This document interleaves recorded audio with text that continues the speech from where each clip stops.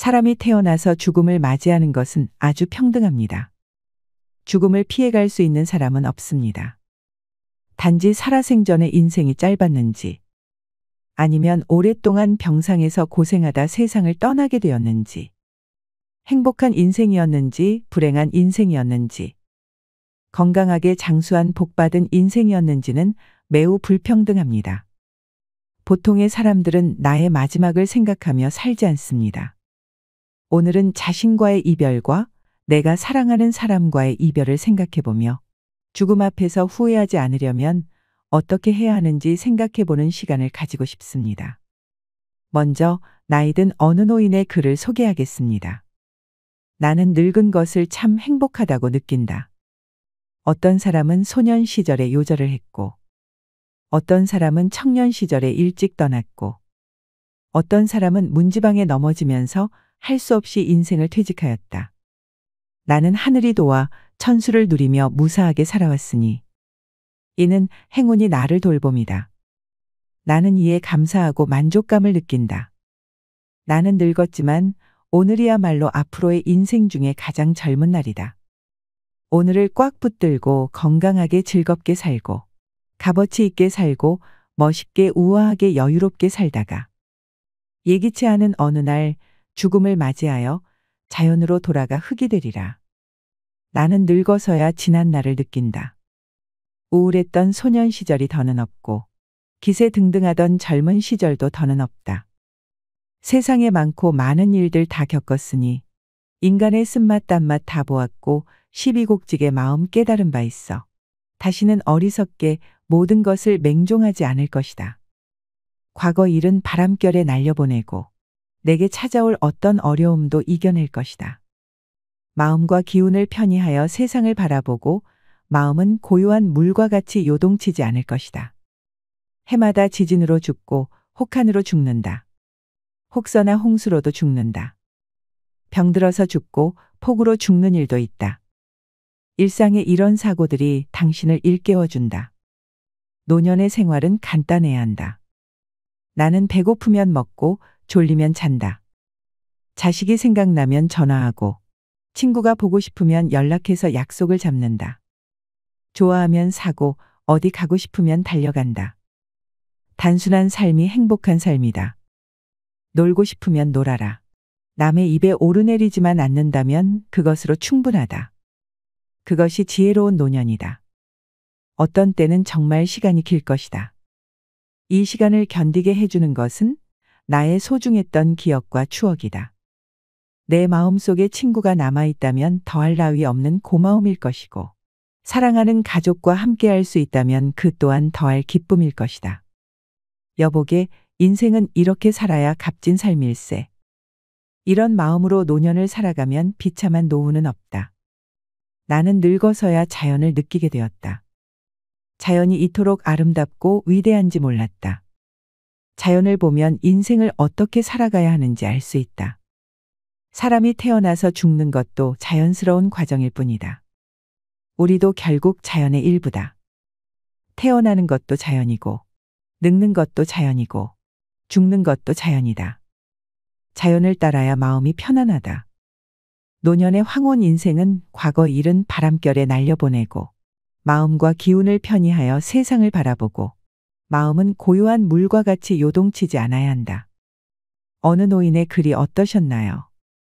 인생의 후반기를 살아가는 분들은 나의 노후와 노년에 대해 참 고민이 많으실 것입니다. 행복한 노후를 보내려면, 아름답게 나이 들어가려면 어떻게 해야 할까요? 이슬람 수피족은 병이 났을 때 먼저 의사에게 가기보다는 이전에 그 병을 앓았다가 나은 경험이 있는 사람을 찾아간다고 합니다. 더 현실적인 처방을 얻을 수 있다는 생각을 하는 것입니다.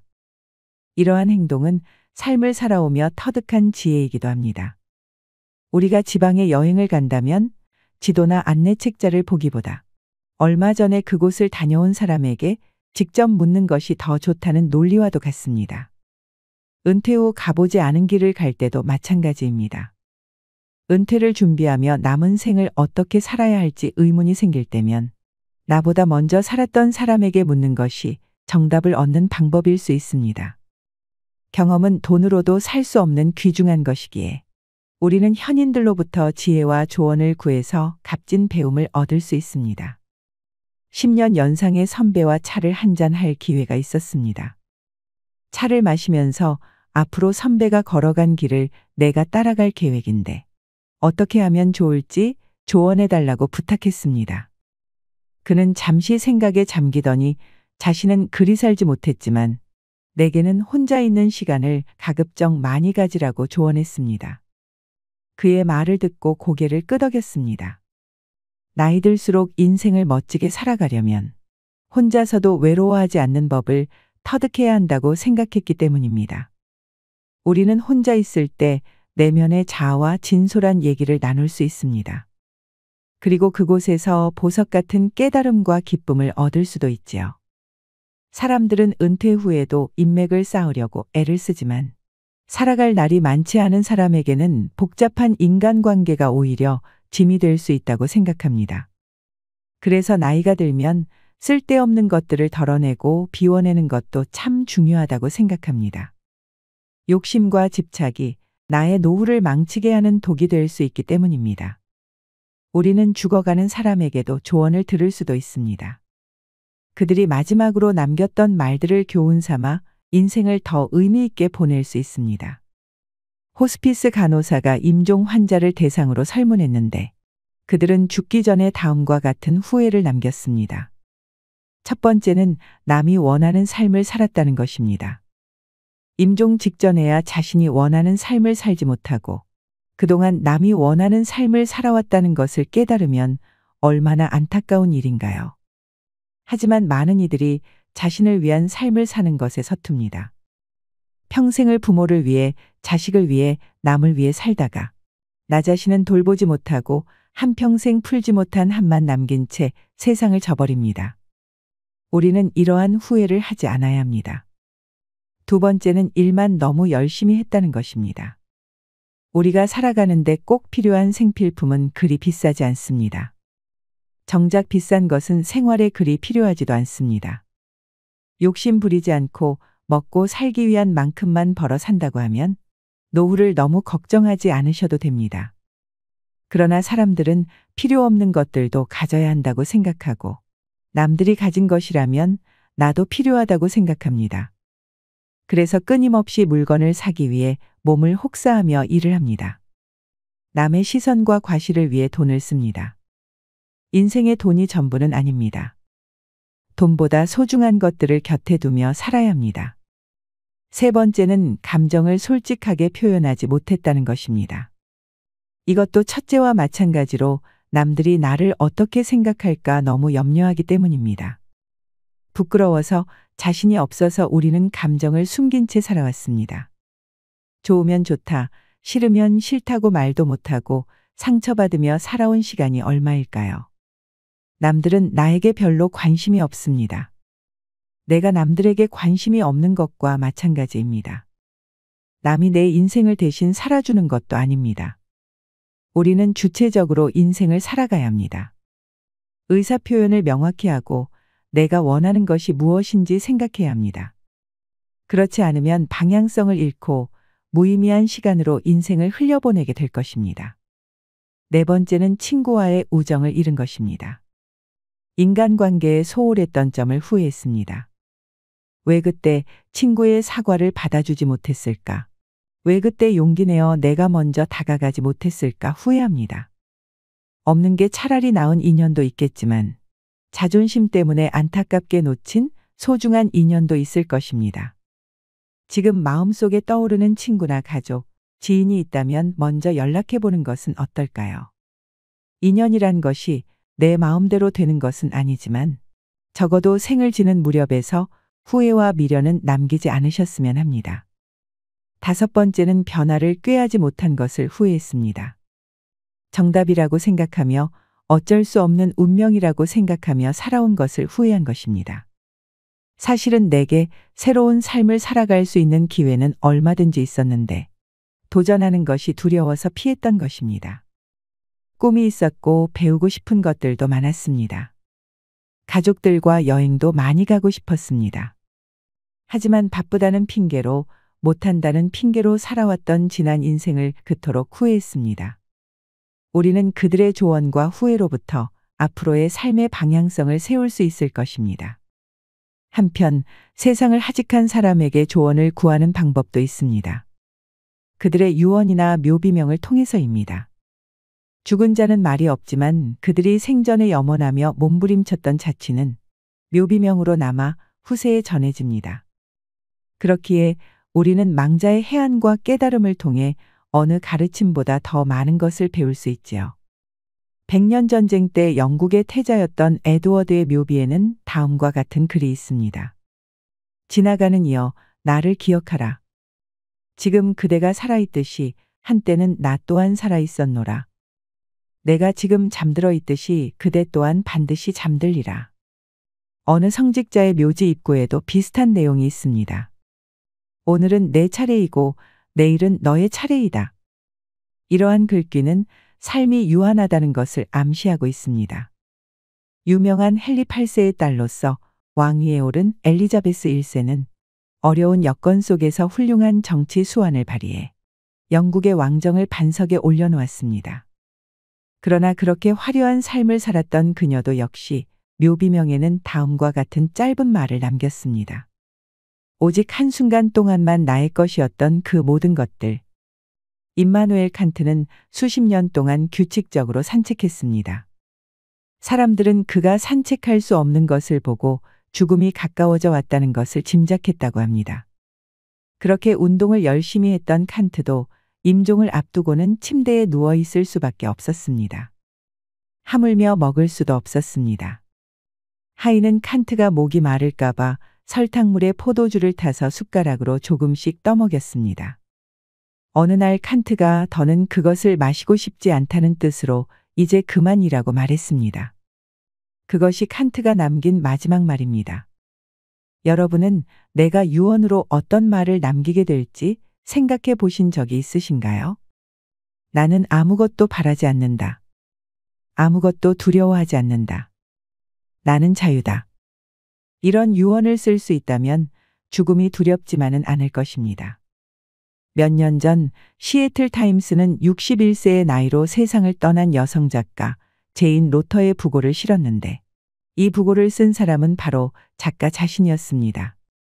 그는 그동안의 삶은 선물 받은 것이며 이제는 그 선물을 돌려주려 한다면서 남편에게 쓴 유언으로 당신을 만난 것은 내 생에 가장 운 좋은 날이었다고 전했습니다. 죽음 앞에서도 의연하고 살아있는 사람을 배려하는 모습이 감동을 줍니다. 우리도 성숙하게 죽음을 맞고 이들처럼 우아한 마지막을 그릴 수 있을까요? 중국의 동산선사는 살아있을 때는 철저하게 삶에 충실하고 죽을 때는 철저하게 죽음에 충실하라고 가르쳤습니다. 그가 죽기 전 남긴 말은 다음과 같습니다.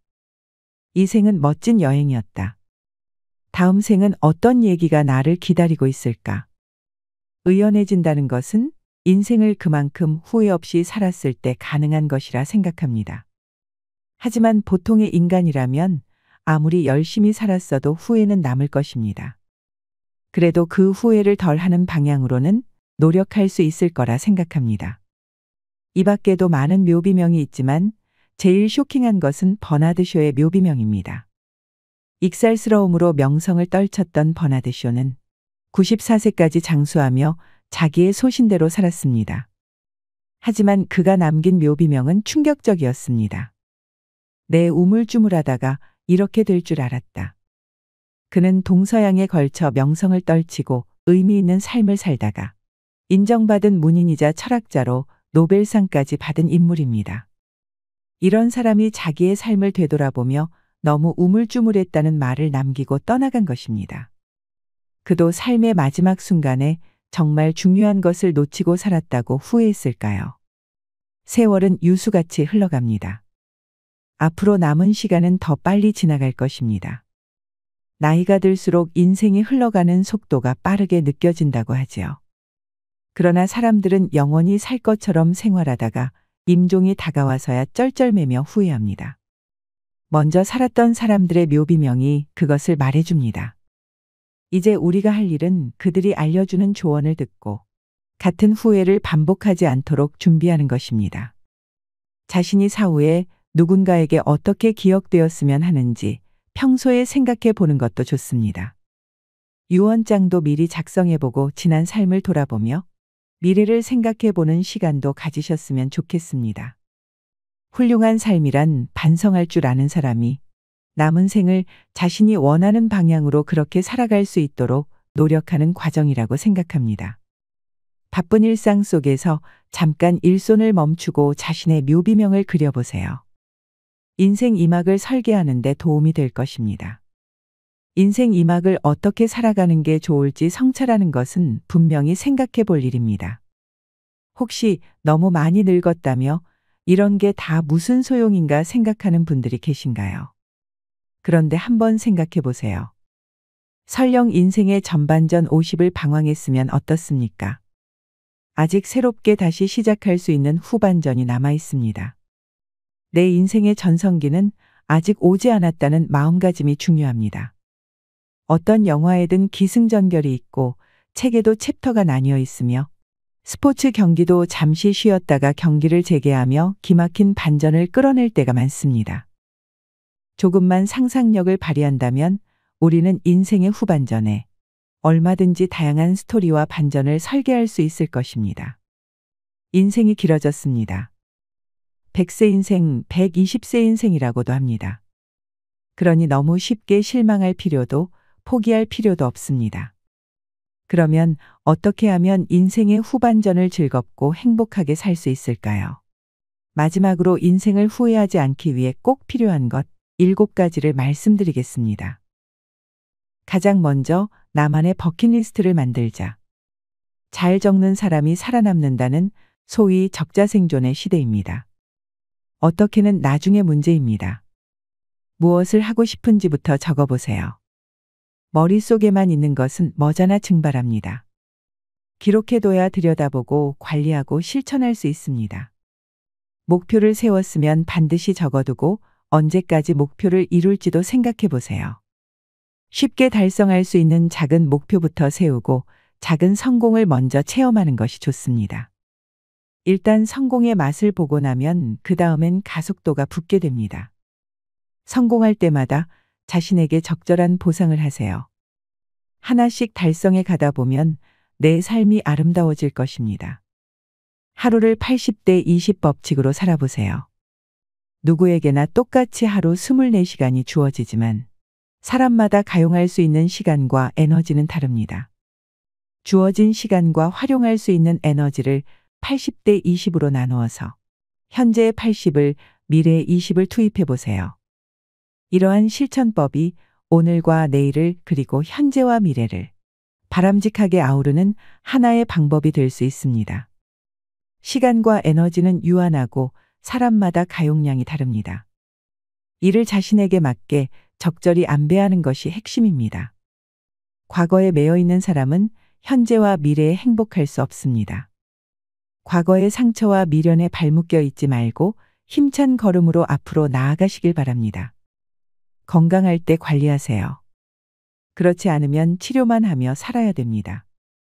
건강관리의 시작은 맵고 짠 음식과 과음, 흡연 등 익숙한 것들과의 결별이어야 합니다. 습관을 바꾸세요. 햇볕을 보며 꾸준한 걷기는 건강에 매우 도움이 됩니다. 걷기의 양보다는 질을 추구하세요. 몸의 근육도 중요하지만 마음 근육 키우기도 중요합니다. 명상, 여행, 취미 활동 등을 통해 마음 근육을 단련해야 합니다. 모든 일에 감사하는 마음을 가지면 마음이 너그러워집니다. 건강 관리에도 열정이 필요합니다. 다만 뜨거운 열정보다 중요한 것은 지속적인 열정입니다. 그것을 꼭 기억하세요. 나만의 휴식 시간과 공간을 만들어야 합니다. 투우에서 소가 공격할 힘을 되찾기 위해 숨을 고르는 장소를 케렌시아라고 부릅니다. 한치 앞을 모르는 불확실한 시대를 살아가는 현대인에게도 몸과 마음을 회복하고 쉴 수 있는 나를 위한 케렌시아가 필요합니다. 인생에는 쉼표가 필요합니다. 쉼표를 찍어야 할 곳에 마침표를 찍는 어리석은 행동을 해서는 안 됩니다. 케렌시아는 반드시 거창한 장소일 필요도 없고 새벽 시간처럼 특정한 시간이나 여행, 명상 같은 행동이 될 수도 있습니다. 독서를 통해 정신적인 성장을 멈추지 마세요. 사람은 성장하는 동안은 늙지 않는다고 합니다. 무엇을 해야 하는지, 어떻게 해야 하는지 잘 모를 때 독서만큼 아이디어 발굴이나 정신적 성장에 좋은 자양분은 없습니다. 적어도 한 달에 한 권 이상은 읽는 것을 권장드립니다. 꾸준한 독서를 통해 치매를 예방하고 변화하는 시대에 필요한 문해력과 창의력을 높일 수 있습니다. 한편 독서의 방법을 바꾸는 것도 필요합니다. 그냥 읽고 끝내지 말고 독서 기록을 남기고 활용해 보세요. 모든 책을 처음부터 끝까지 한 글자도 빼놓지 않고 읽을 필요는 없습니다. 책과 친해져 보시길 바랍니다. 책은 여러분에게 많은 지혜와 지식을 안겨줄 것입니다. 타인의 시선에서 자유로워지는 연습을 해야 합니다. 내 인생의 주인공은 나입니다. 남 눈치는 그만 보고 살아도 됩니다. 남에게 피해만 주지 않는다면 내가 하고 싶은 것 다 하고 살아도 됩니다. 그래도 아무 일도 일어나지 않습니다.